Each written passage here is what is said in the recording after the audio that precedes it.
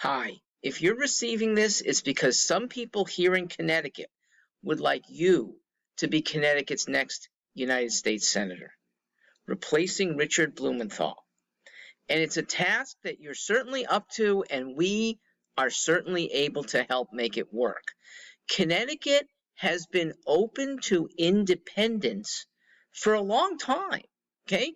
This happens to be a deep blue state in the long run because by a little bit, blues always outdo reds, 55-45, 56-44. Yet we have elected two independents, one to governor, one to the United States Senate, and we've had a very close second. You as an independent will absolutely make a difference. Now, you as an independent might get the Republican nomination as well. Let's start by why you make a difference. Because in a deep blue state, our high offices are now 13-0 in favor of Democrat. If they are scared, if voters realize that there are real other choices rather than the Republicans that they're afraid of, but a likable candidate like you, it opens up the whole Northeast to, I'll call it a conservatarian rebellion, okay? It's long overdue, but you know the stench that Republicans have with so many people. Likable you, impressive you, turns this totally on its head. And here's why it's an easy turn. You'd be running against what should be a very vulnerable senator. Richard Blumenthal has done nothing ostensibly for Connecticut in the 12 years he's been in the Senate.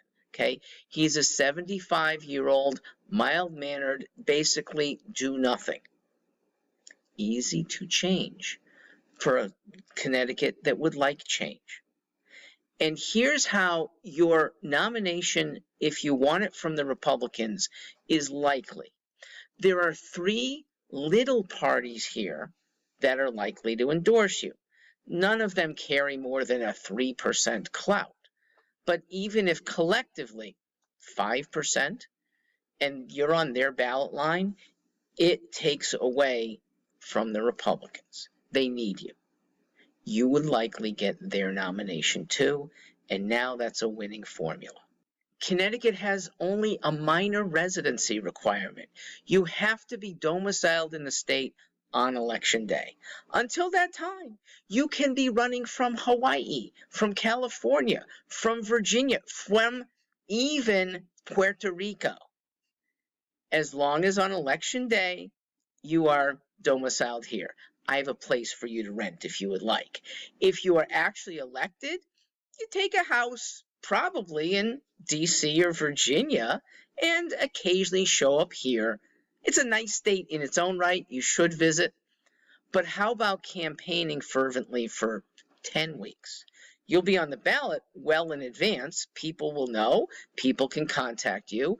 But you can be contacting and in touch, yes, maskless with we who want to hear you here in the great state of Connecticut. You are 2 hours from New York. You're less than that from Boston if you're sited in Hartford. And fall is a wonderful place in New England. Please consider this. You will make such a difference. A lot of us are behind you.